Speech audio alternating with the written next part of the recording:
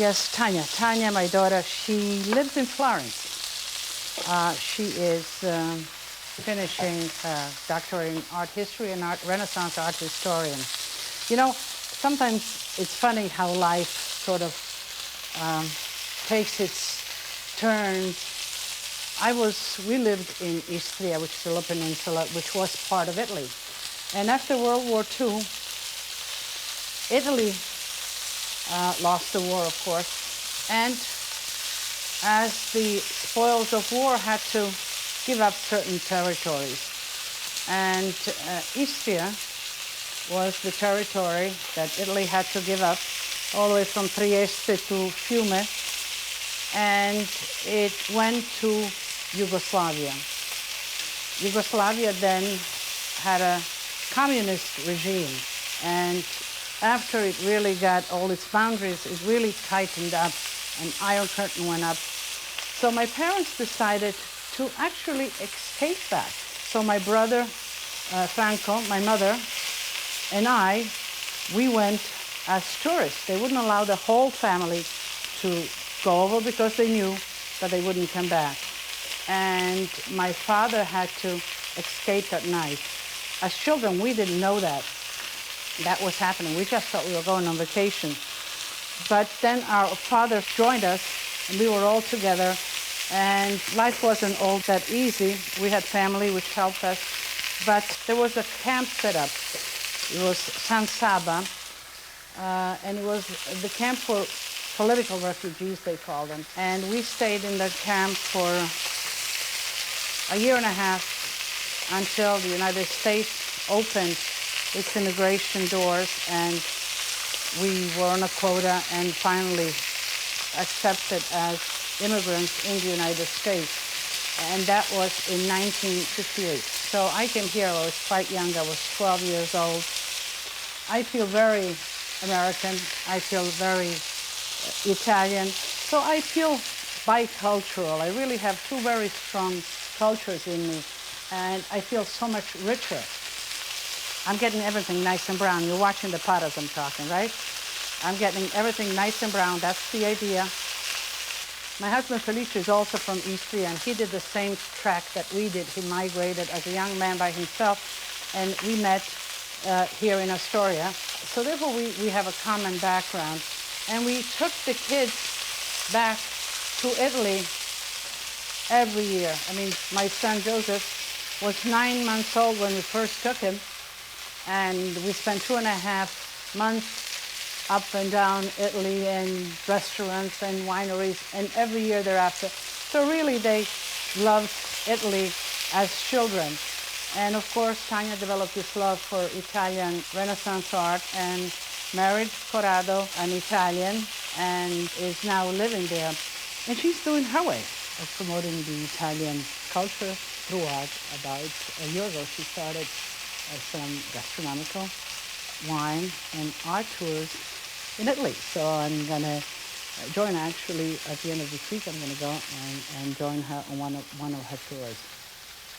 I'm putting in the hot pepperoncino. You can use the crushed pepper or the whole pepperoncino.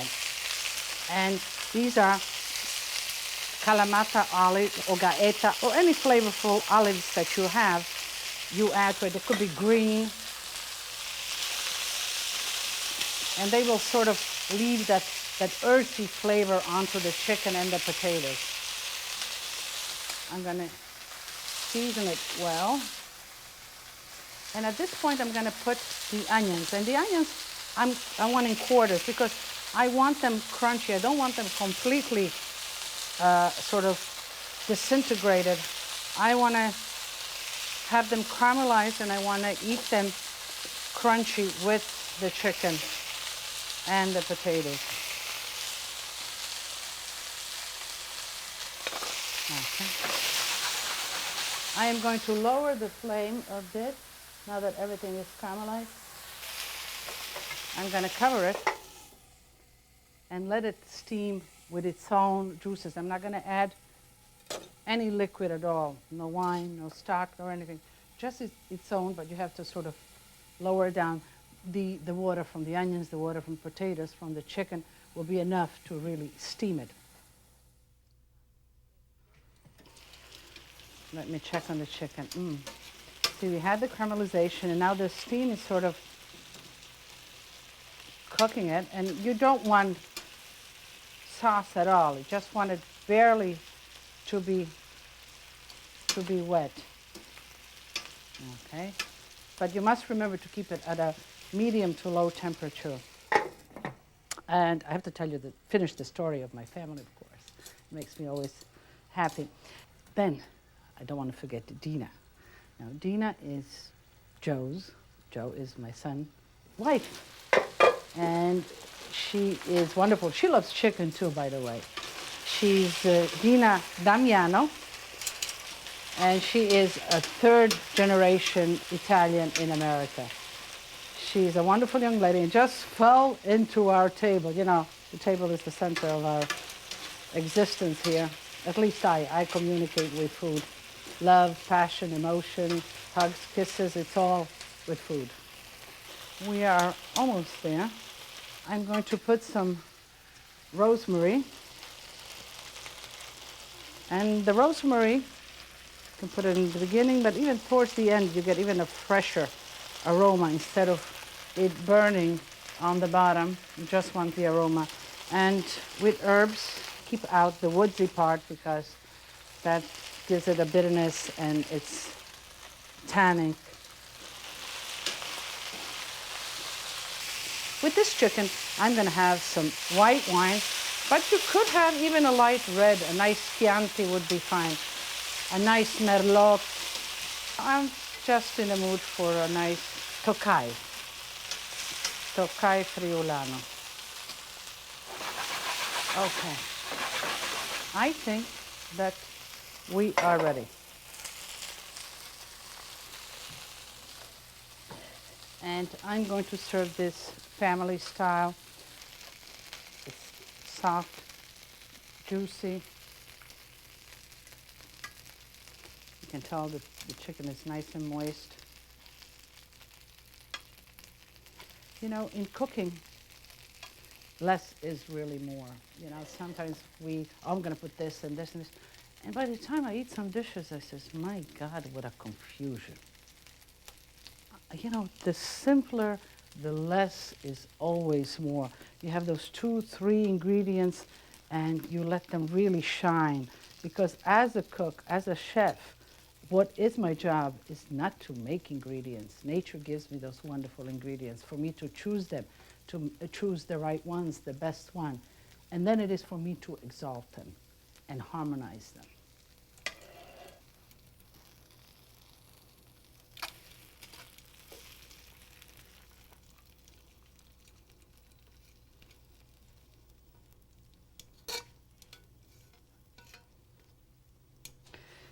Now you see, it's the importance of this dish is the sequence. Chicken is crisp, the potatoes are nice and brown. The onion is wilted, and I want it like that. I don't want it, it's wilted, it's cooked, and it has a certain sweetness. It will be crunchy when you eat it. And some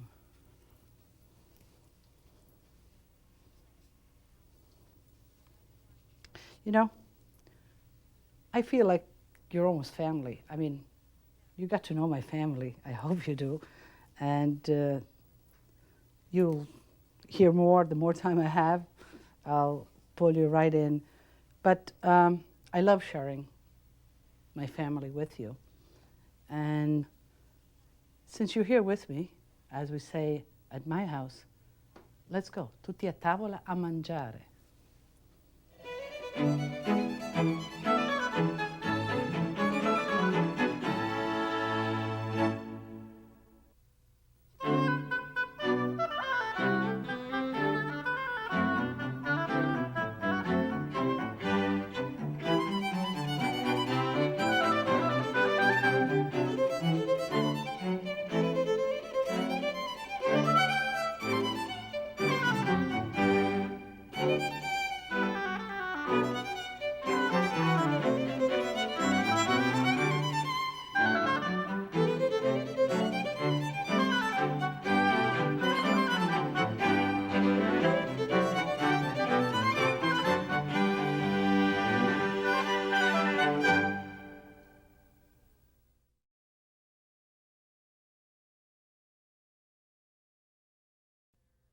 Gnocchis are one of those magnificent, wonderful foods that evoke childhood memories in me.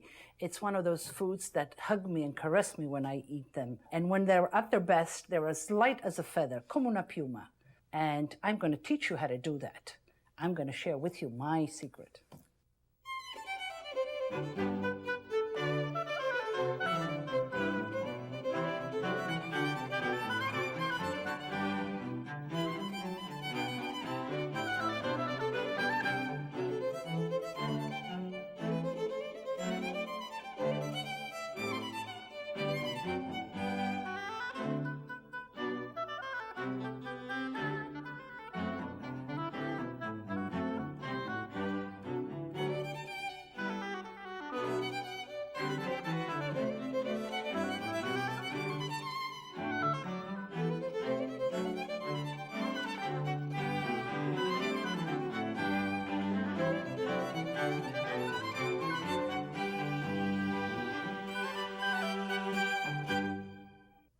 Buongiorno, benvenuti. Welcome to my home, welcome to my kitchen, and welcome to my little corner of paradise, which I want to share with you. Today we're going to make gnocchis. Gnocchis have been on my table ever since I can remember, and making them was part of my childhood. What is gnocchi? Gnocchi is a dough made out of potato and flour and kneaded into little sort of dumplings and shaped. To make good gnocchis, you need a starchy potato, such as Idaho or russet, and you need to boil them. You need to boil them in their jacket so they don't crack, so they don't absorb the water. We have some boiling right here. When they're done, you just pierce them, and when they're completely cooked, you drain them and let them cool just enough so you can handle them, because you're going to have to rice them, and you want them to be warm when you rice them. As a base in an Italian cuisine, you need tomato sauce. To make a good tomato sauce, you need plum tomatoes. Plum or San Marzano. San Marzano is a little town outside north of Naples where the sun really is hot and the soil is a volcanic soil. Therefore, the tomatoes really ripen with the sweetness of the sun in them. And they're the Roma tomato. You've seen them around. Now, you could make it with fresh tomatoes, but they need to be ripe. And these are canned tomatoes, and they're perfectly fine. Just make sure that you get the whole San Marzano tomato in its juice. Now, this is a little gadget. This is a food mill. Every house should have one, and it's put to so many uses. In this case, we'll pass the tomatoes through the mill. Okay. What will happen is actually that you'll break it down, and the seeds will remain in the sieve. There's a little sieve down there. Now, you don't want to pass the tomatoes in a food processor because it makes it very frothy and foamy. I don't want that. I want just the sauce and the density of the tomatoes to make a good tomato sauce. While I'm doing this, I'm going to let some of the juices drain. We're going to begin with some good olive oil.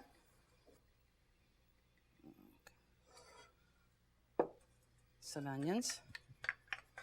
Okay. Going to put just a little bit of salt whenever you cook onions. Salt helps to get the water out while it's simmering. So add a little bit of the salt. While that is simmering, I'll go back and mill the tomatoes. If you are using fresh tomatoes, make sure that they're nice and ripe. Then what you do, you just blanch them in hot water, and you peel them, and you proceed to do the same. Reserve all the juices from the tomato. Okay. So basic tomato sauce needs to cook a good 40 minutes. And we'll use a little bit of onions, a little bit of shredded carrots, and let that just wilt a little bit. I add the celery. And it's important at each step not to add everything all at once whenever you're cooking, but to get that little caramelization of each item. Let it sort of brown, and we'll add the tomato puree that we have passed through the food mill.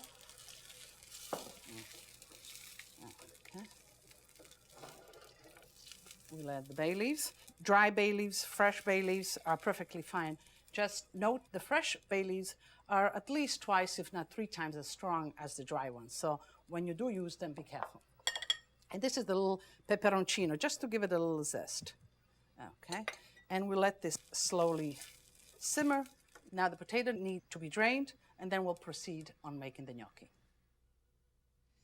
Okay, we're peeling the potatoes, and try to peel them as hot as you can, keeping them in a clean kitchen towel, whatever, because when you rice them, you really want the potatoes to sort of be fluffy and separate.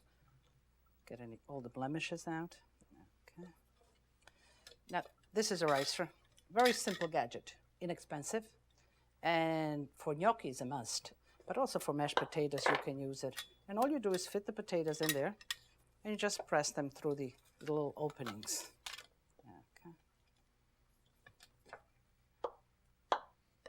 Cut them in half if they don't fit in there. I'm just resting the bottom part for support. What is important is that all this moisture now comes out of the potatoes and that you let them absolutely cool completely. Because if there's a lot of humidity left in the potatoes, when you knead it, it will require more flour, making them heavier and denser.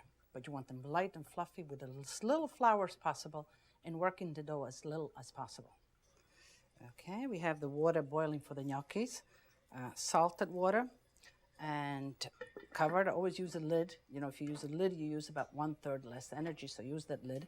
The salt that I prefer when cooking pasta is sea salt, the coarse sea salt, but kosher salt is just as good. We're going to make the sauce for the gnocchi, so when we finish with the gnocchi, we're ready to go. Okay, just a little bit of butter. The sauce is going to be an olive and tomato sauce with fresh basil. In this case, I'm using Gaeta olives. Okay, just take the pit out. And I like them coarse like this. Just push that pit right out. It'll come right out. And again, I like them to brown just a little bit to get that flavor. And we'll use the tomato sauce that we made earlier right into it. It's perking. Okay. If you're cooking and the sauce gets dense, always use the cooking water of the pasta, even if the pasta has been in there. Just take it, put it right in the sauce, and get it the right density, and let's let it simmer while we make the gnocchis. The gnocchi, again, the flavor is the potatoes and the flour. A little nutmeg. Now, a little grater, again, is one of those gadgets that you should have in the kitchen. There's nothing like fresh ground nutmeg. You can get the powder one, but the fresh one really exalts it. And you don't need that much because nutmeg is intense. So just a little bit sprinkle. Okay. We'll need 2 eggs. You don't need a lot of eggs for this dough. Just whisk it, and of course, a little bit of salt. Whisk, and you always whisk the eggs before you put them in dough, before you put them anywhere, because you get them all mixed together. Otherwise, they're separated in the dough, and you don't get them back together. Just pour it right over. A little bit of flour right on top.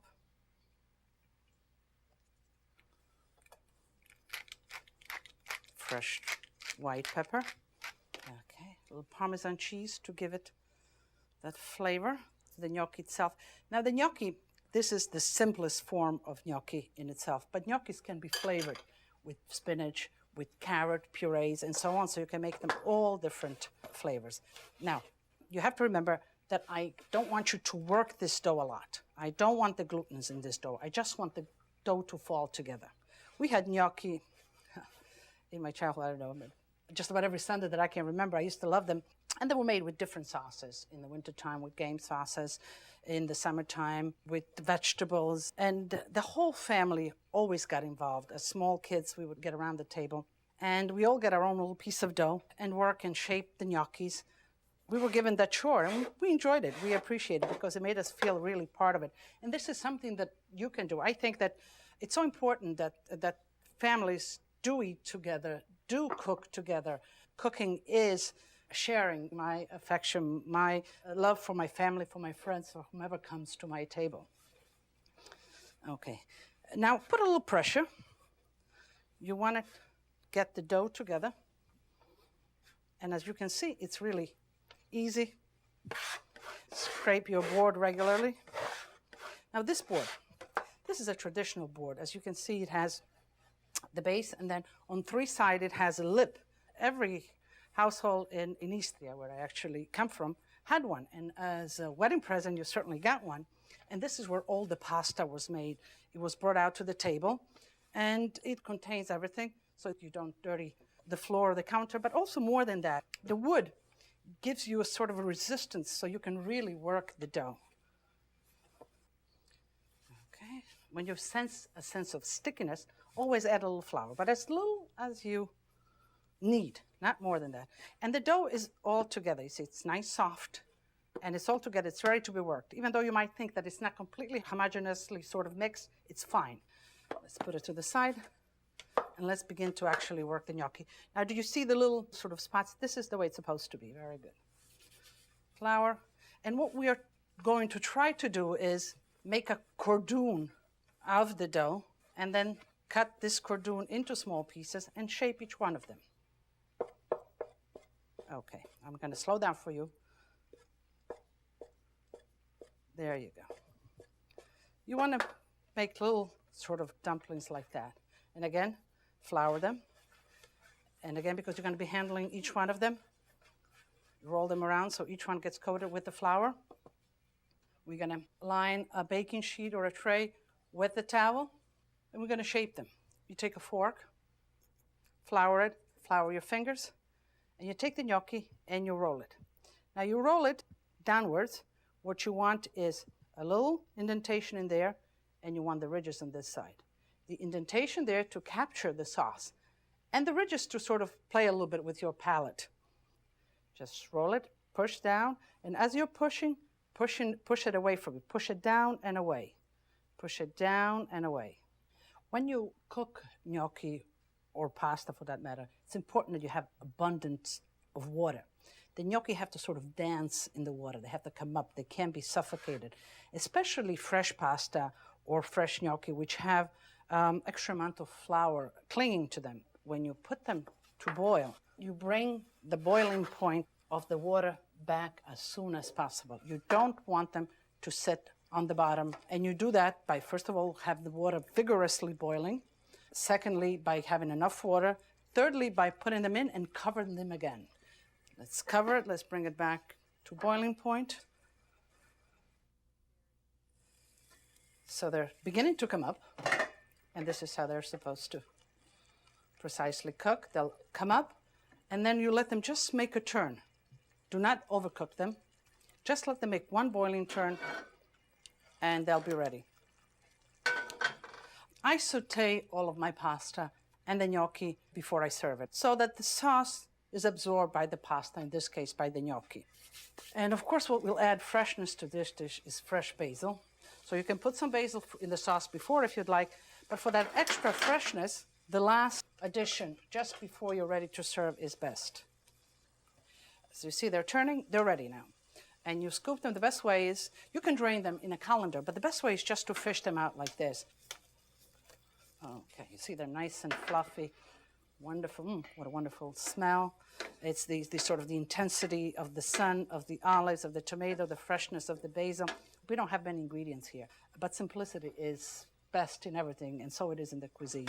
Now, at this point, I will add just a little bit of cheese, grated Parmigiano Reggiano in this case.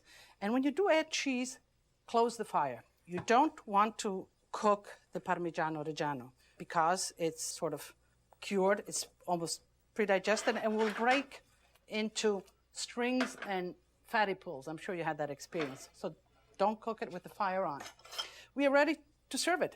This is as simple as it is. With gnocchi, the plate should always be warm when you serve it. And as you notice, I didn't put too much of the sauce because I'm going to top it with the sauce. A little bit of Parmigiano, and then you can put some on the table. You should only smell the aroma. It's really wonderful.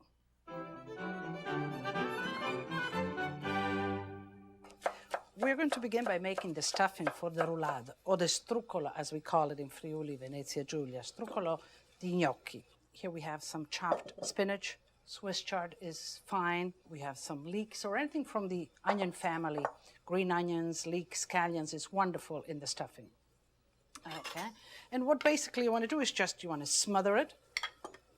Okay, we'll add the chopped leeks in butter. Smother that until it gets nice and wilted, and again, it gets its sort of flavor and the water out, a little bit of salt to do that. In the meantime, we have the water boiling where we're going to cook this truccolo. Let's add the spinach to the wilted leeks.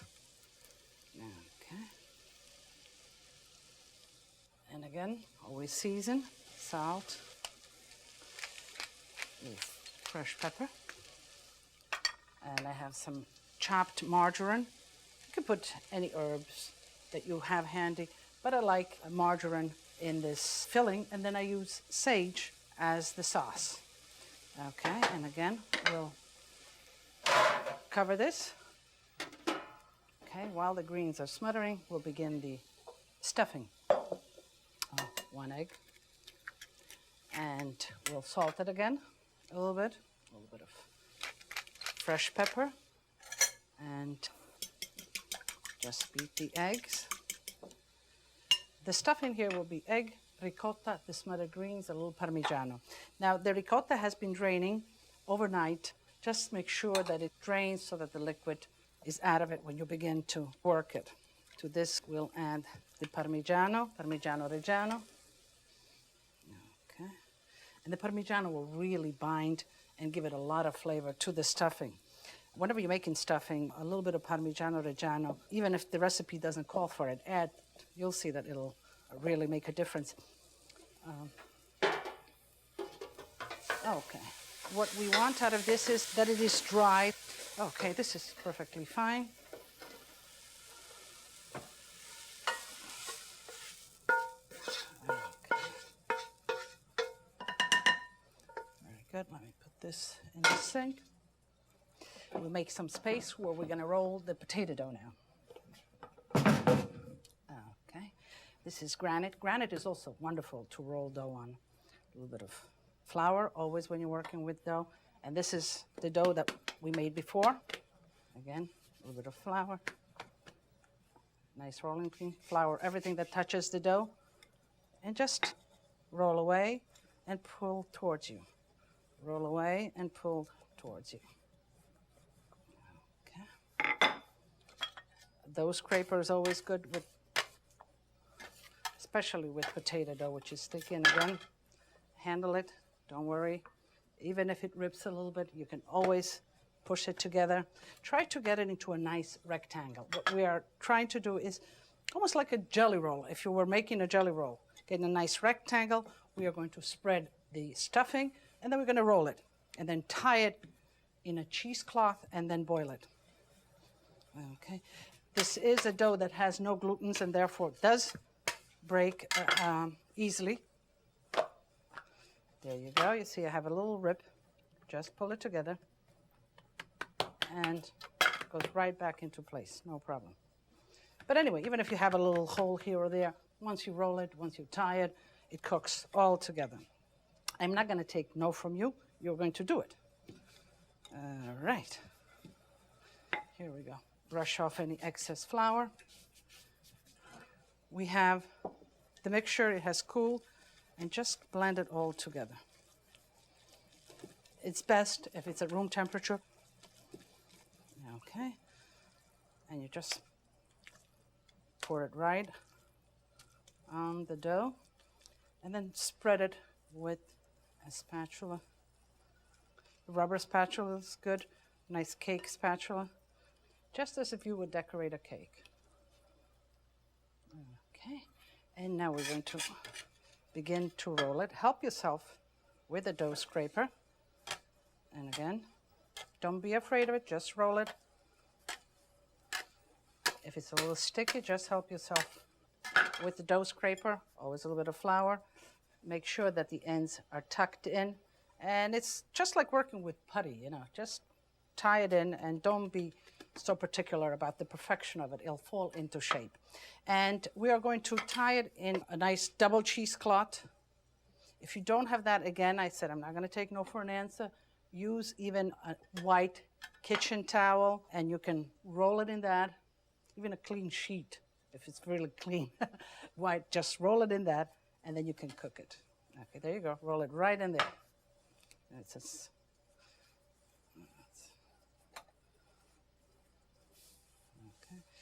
twist the ends, and you tie the ends well. And this is going to poach, cook, boil in salted water like you would any pasta. I have a roasting pan there, and I have salted water boiling in there, and I'm going to put this diagonally exactly as it fits. Take, again, a clean kitchen towel, and you just lay it on top.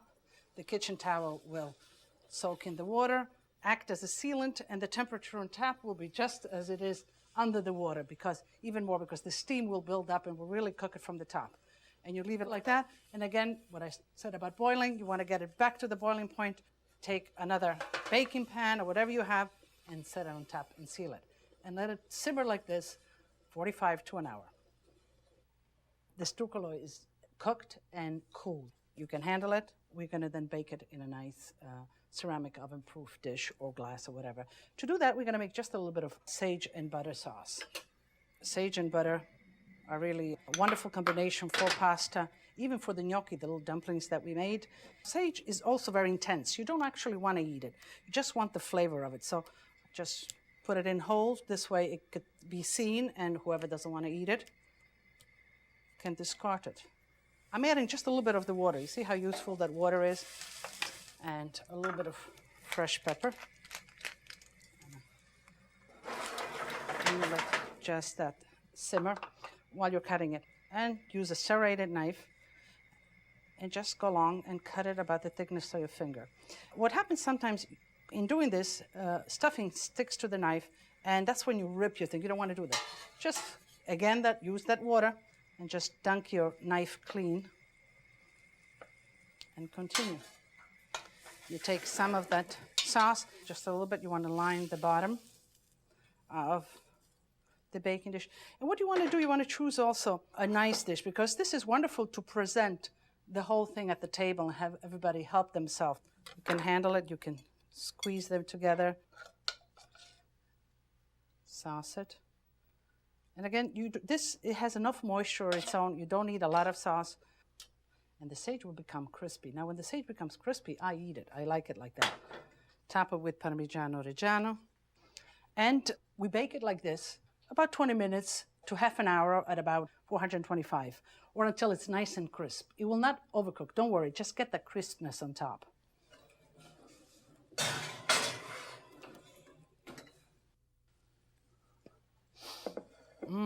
Wonderful. You should only smell this. It really is such a wonderful smell and simple. Now you see, you want it nice and crunchy and crispy. As I said, I would like to serve it like that. You could plate it, but this is the beauty of it. Just choose some of the same ingredients that you used, and let's decorate it right in the middle. Don't be afraid. Just like that. Let's see what else I have here. How about some nice tomatoes just for color? Yes, whatever you have around. Don't be... There you go. Just like that. And you just bring it to the table. It smells wonderful. Grandma, you see what I prepared? Gnocchi. Una festa di gnocchi. Ma guarda come sono belli. I'll let you taste some, and I want to see what you think of them. Okay, here, take a fork. These are gnocchi with olives and tomato. Piacciono? Buonissimi. See? Just the way I taught you. You see? Those lessons were all put to good use. Now let me make you taste the roulade. This is a roulade. Isn't this good? Yeah. This is the roulade, we make with the spinach and with the ricotta. Assaggia un po'.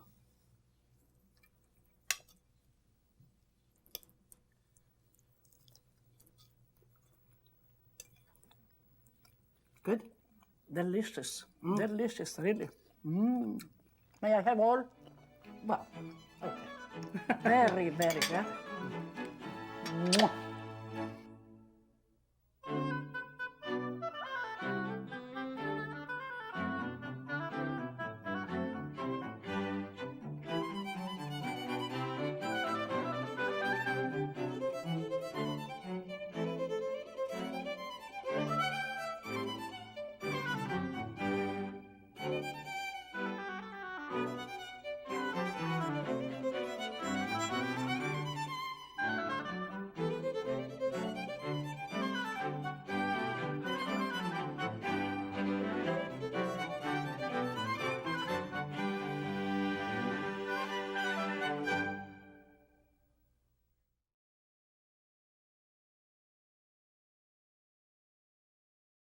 Un bel piatto di riso porta sempre un sorriso. A wonderful plate of risotto always invokes a smile. You'll be smiling too when you join me while I show you how to make risotto.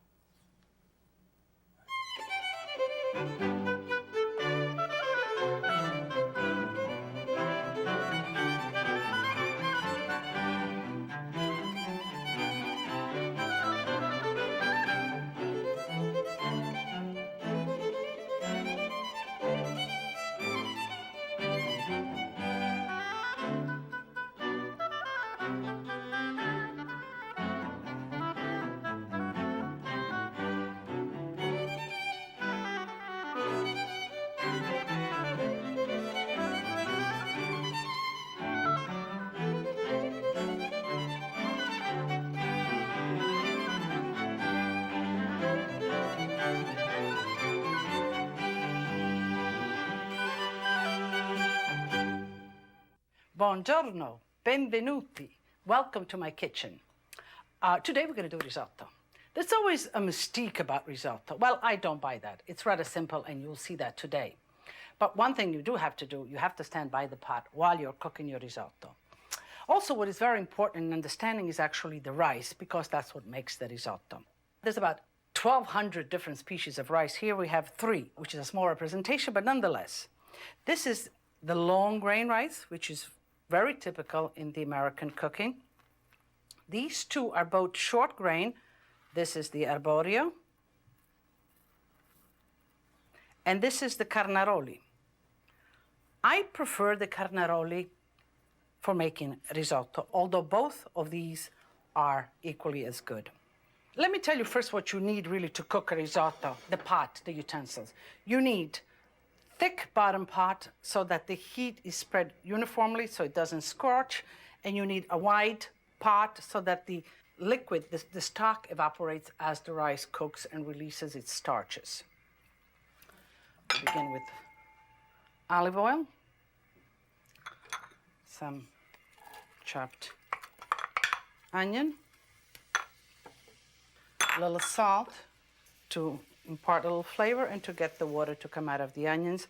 Shallots are also very important in a risotto because they're sweeter and they amalgamate, they really break down into a creaminess.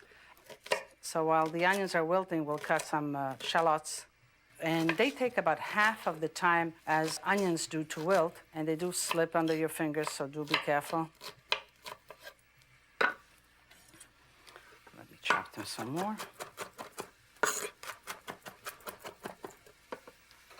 Let me add the shallots now. Today we're making risotto alla Milanese. It's one of the simplest risotto because I really want to focus on a technique of risotto for you, because thereafter you can flavor it any way you want it. Therefore, the only added ingredient for flavor to this risotto will be saffron. This is saffron. And saffron are pistils of the crocus flowers, which are gathered from the flower, each one by one, then set to dry in the sun. Therefore, there's a lot of labor involved to yield a little result, but it goes a long way and it is expensive. But this will be enough for risotto for 4. We'll add to this boiling stock so it releases the color. The beauty of the saffron is twofold. It's the wonderful aroma and flavor, and the golden color that it will impart on the rice. Milanese, Milano. Milano is the capital city of Lombardy, and actually this risotto is typical and traditional of the area of Milano. Why? Well, there's a little story, and I'm going to tell you. You know, Milano has a beautiful Duomo, and it's really quite Gothic, and it has these steeples that look like icicles, and it has a lot of stained glass windows. Well, the glaziers at that time would use saffron to color the glass for the glass windows for the church. And as the story goes, the glazier in residence was marrying his daughter. And on the weekend, he used the space in his workshop to have the party. And as he was making the risotto, accidentally the box of saffron fell into the risotto, and we got the risotto alla milanese. How true, I don't know, but it's certainly romantic. The onion is wilted, and now we'll add the carnaroli rice. But do not wash the carnaroli rice. The rice is clean because it has been milled, and it is clean and ready to use. Because if you wash it, you begin the premature release of the starches, and we don't want that. What we want now is we want to toast this rice. Dry like this, you want to toast it, and you want to toast it for definite reasons. Because you want to cook the starches on the outside. You want to really make like a capsule of the rice. So therefore, the release of the starches is uniform, not all at once. I'm sure that you had rice risotto where the rice is soft and the center is still hard. Well, if you don't toast the rice, most likely that's what will happen, because the releases of the starches all on the outside will happen and the inside it'll still be undercooked. Therefore, toast those outside, form a shell. Also, what we're doing here is that we are coating the rice with some of the oil, giving it an extra sort of capsule effect. What is also very important in making risotto is that the stock that you add, in this case is chicken stock, is at the same temperature. So therefore that you do not disturb the cooking process of the rice itself and of the release of the starches. There's a basic rule of thumb that goes in making risotto. The ratio is 1 of rice to 3 liquid, and it will yield double the amount of the rice put in. So therefore, if you have 1 cup, you need 3 cups of liquid, and it will yield 2 cups of ready risotto. How do you know when the rice is toasted? Well, you hear this sort of clicking sound. That tells me that it's toasted. At this point, I'm going to add some acidity. Right. Some wine. In this case, I put some Orvieto wine. Orvieto is a wonderful light white wine from the Umbria region. And remember, in all cooking, as good as you put in that's what you're going to get out. The accumulation of the goodness that you put in usually is the ultimate product. You want all of the alcohol to evaporate in any cooking you do with wine. You don't want the alcohol, you want the flavor of whatever you're putting in. So therefore, again, I'm going to bring it all the way down, let all the alcohol before I will add any more stock. And this is the process of making risotto, back and forth, adding hot stock, which coaxes the starches to come out, letting the stock evaporate. Adding hot stock, letting the starches come out, and let the extra stock evaporate to the point that it doesn't stick. So therefore, you have to watch it. Okay, you can hear it. It's beginning to stick, so therefore I'm going to add some stock. And again, a little bit of stock, not a lot. You don't want a soup. You say, well, why don't you throw the whole thing in? No, because again, what happens is that the rice will open up on the outside and the inside will not be cooked, and you'll get papa. Papa you make for babies. And what you really want is a risotto al dente, bene mantecato. Mantecato is when you whip it with cheese and butter at the end. And al dente is a terminology used in Italian. Really, it says an awful lot to an Italian in cooking pasta and rice. It really gauges the pressure of your teeth against the cooked product, whether it be rice or pasta. And us Italians, we like a little resistance. We like that sort of bite into our pasta and so into rice. I'm going to season it a little bit with salt, fresh pepper,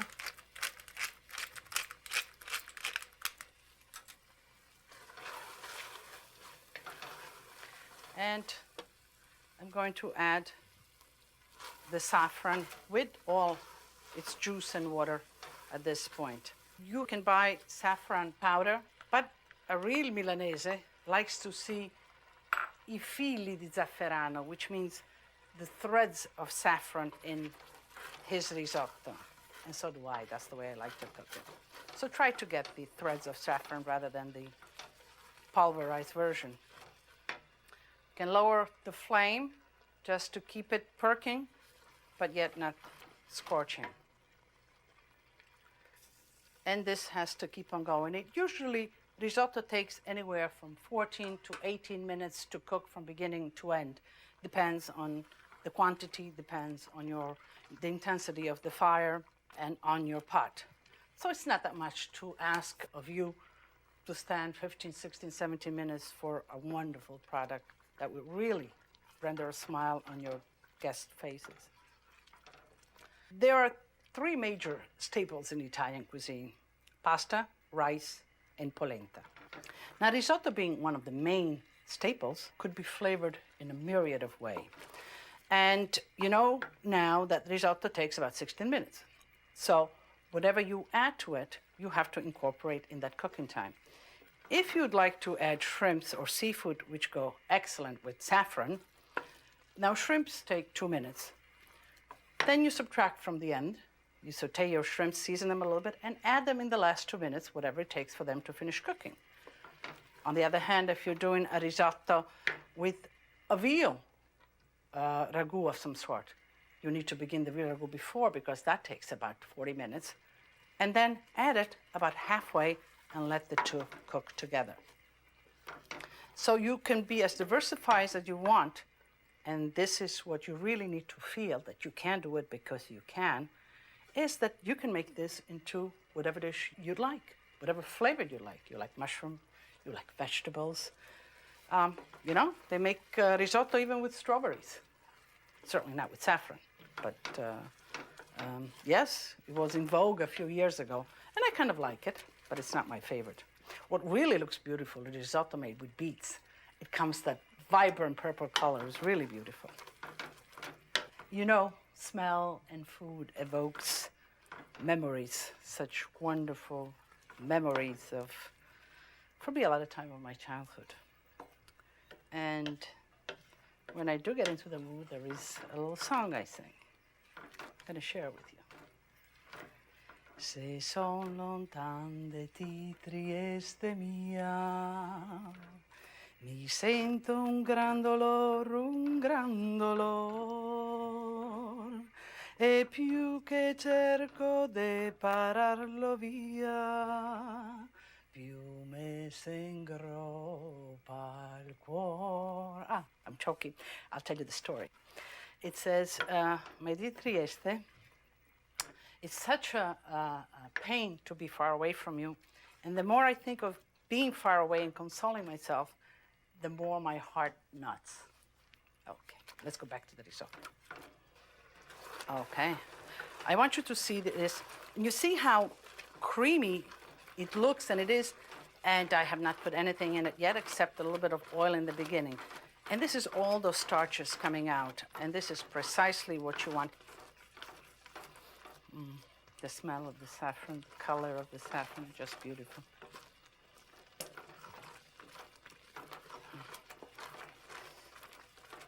Okay, we'll get ready to serve the risotto now. Again, the risotto, the density of the risotto, it's your preference. You can have a loose risotto, or you can have a tight and dense risotto. And that is also dependent on what the ingredient is in it, the main ingredient. If you serve it with seafood, a nice loose risotto, risotto all'onda, to the wave, meaning that's a soft risotto that goes with seafood, to a dense risotto with game, with mushrooms, and so on. First, let me get a nice platter. I love, you can serve risotto individually, but I love a steaming platter risotto brought to the table. The plate should be warm. We shut off the fire, and we're going to go to the process of mantecare il risotto. Mantecare, whip it. At this point, you add the butter. The fire is off.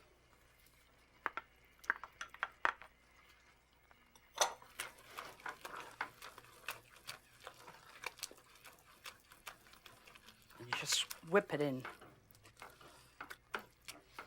Okay, the last, we add the cheese, Parmigiano, and we continue to mantecare.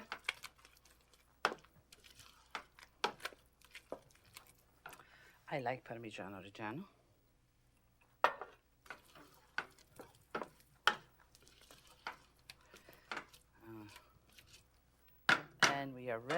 to serve it.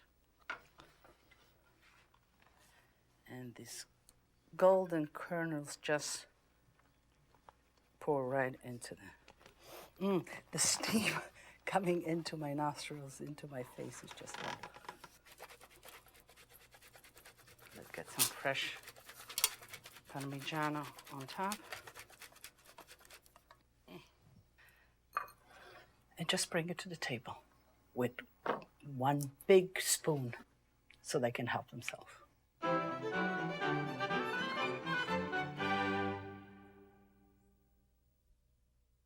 This is a day-old risotto, and when we finish with it, it's going to be just as good as the first day. Leftover food, to me, is sacred. Food is sacred. So therefore, using it day after and making it taste as fresh is something that needs a little bit of imagination, but certainly could be done, and certainly could be done with risotto. We're going to make two things. We're going to make supplì, or fili di telefono. Supplì is the Sicilian name for this dish, and it's little balls, like meatballs, of rice with stuffing of cheese, and we're going to fry them. And then when you eat them, I'll show you, they open up like fili di telefono, telephone wires. You had those telephones when you were kids? Well, the same way. And the other one is going to be riso al salto, which is the risotto, a pancake of risotto, just with some cheese and sauteed on some butter. And that's a wonderful lunch or a contorno with a meat dish. So let's begin with the supplì di telefono and the filling. I have some vegetable oil here because this will take not long.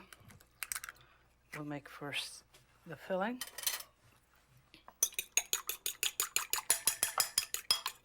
One egg, a little bit of salt, a little bit of fresh pepper,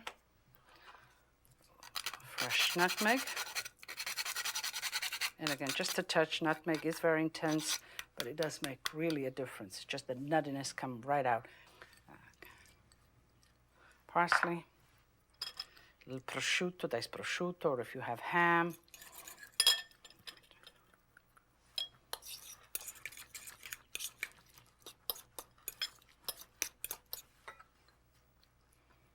Parmigiano Reggiano.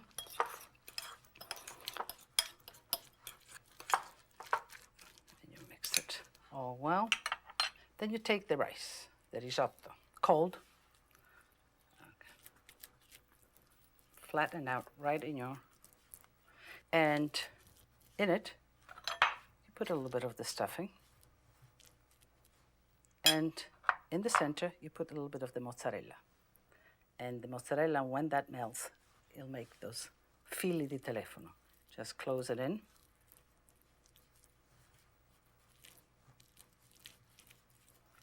And pat it shut, just like you would a meatball. Okay, let's make a few of these. Again, you take the rice, open it up in your palm, put a little stuffing, a little mozzarella in the center, and close it within your palm, just like you would a meatball.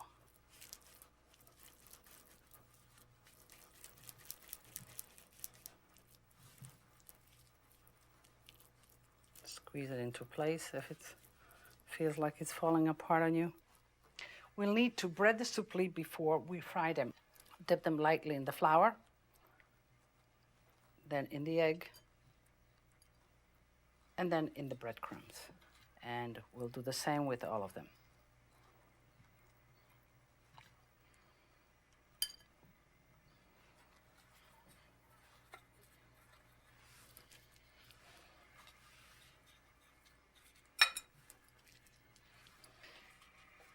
The oil is nice and hot.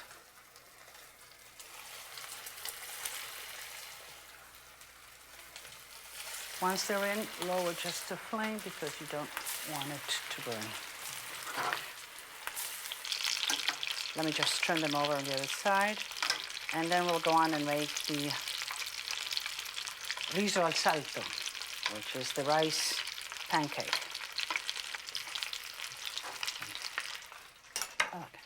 For the riso al salto, add some Parmigiano Reggiano to the risotto.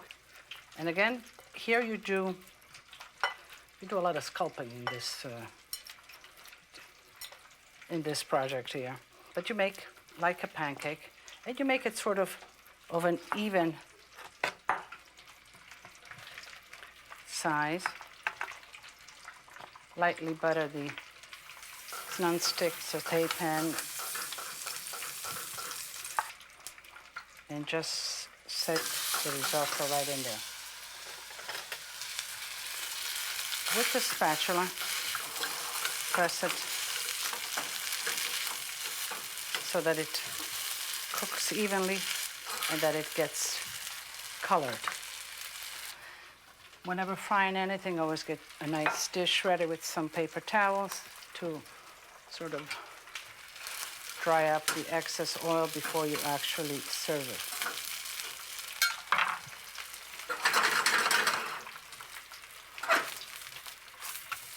And just flip it over, or do it with a spatula. Okay. These dishes are really wonderful, especially the suppli di telefono, are wonderful for a cocktail party. You can fry them and then leave them in the oven to keep warm, and then you just butler them around. People love them with their glass of wine or with their drink, but children love them very much. We used to love them as kids. We used to take a handful and run out and play and eat them while we were playing. Now the riso al salto is really very good when you serve it with braised meats. You can make a whole main course out of it. Serve the riso al salto and the braised meat and the sauce around it. You can serve it with a salad, with a piece of cheese on top, and make it for lunch.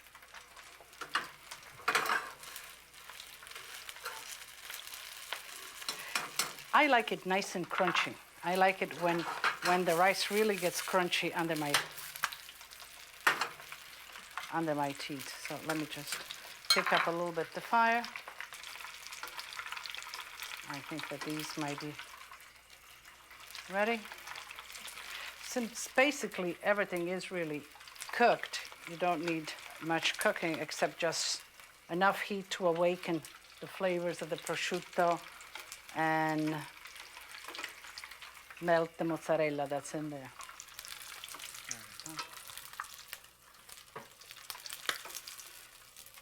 Finish frying the suppli. Salt it just slightly. The riso al salto is finished. Let me just dress a little bit of salad. I always need sort of a sense of completeness, of finishedness in my dishes. Okay. There we go. What I'm doing, I'm just drying the fat out of it. Just slide it right onto the dish. You can serve it with the suppli next to it.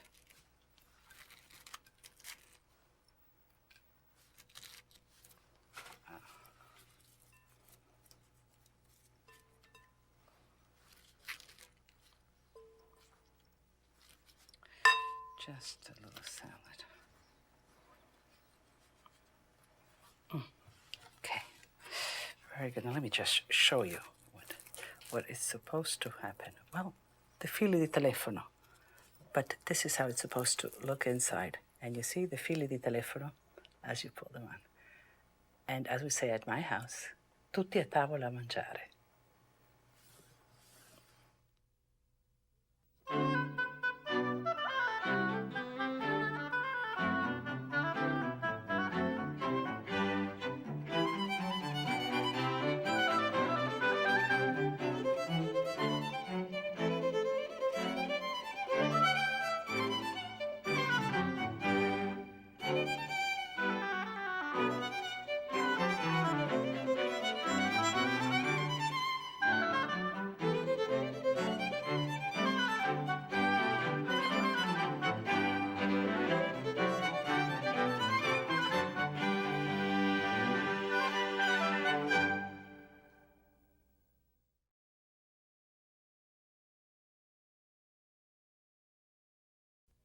What am I doing with the brick?